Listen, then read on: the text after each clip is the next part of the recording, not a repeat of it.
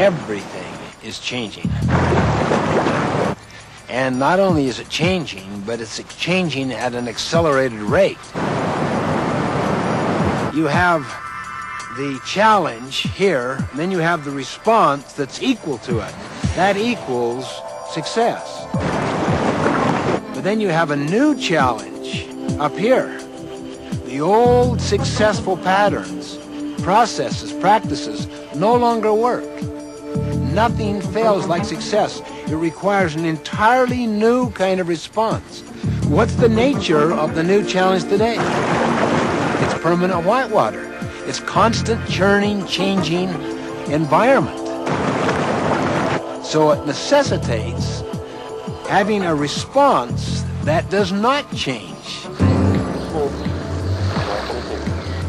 I love the analogy of a rowing crew on a beautiful lake that's quiet and placid to illustrate the difference between the nature of the leadership required today compared to the leadership that was required in the past. I mean, in the rowing crew, in a sense, the coxswain would sit in the back of the boat and essentially give out the orders, and the people would adapt, and he would adjust.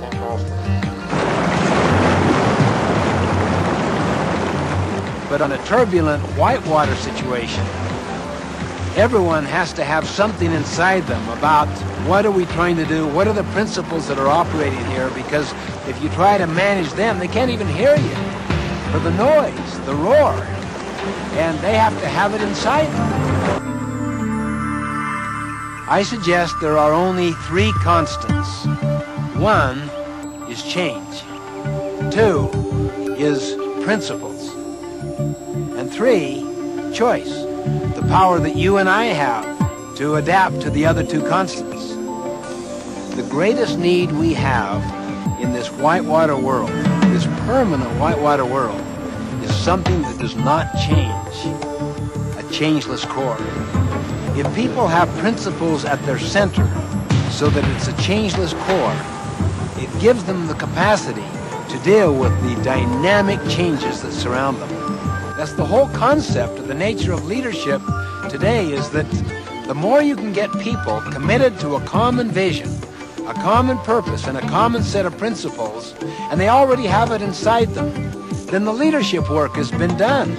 And that's what the concept of principle-centered leadership is that you get principles into the heart and minds of people, and then into their culture. Then that begins to permeate and affect all other relationships. That's what has permanent strength and viability, so that it gives people at the center of an organization and in the center of their hearts and souls a sense of direction.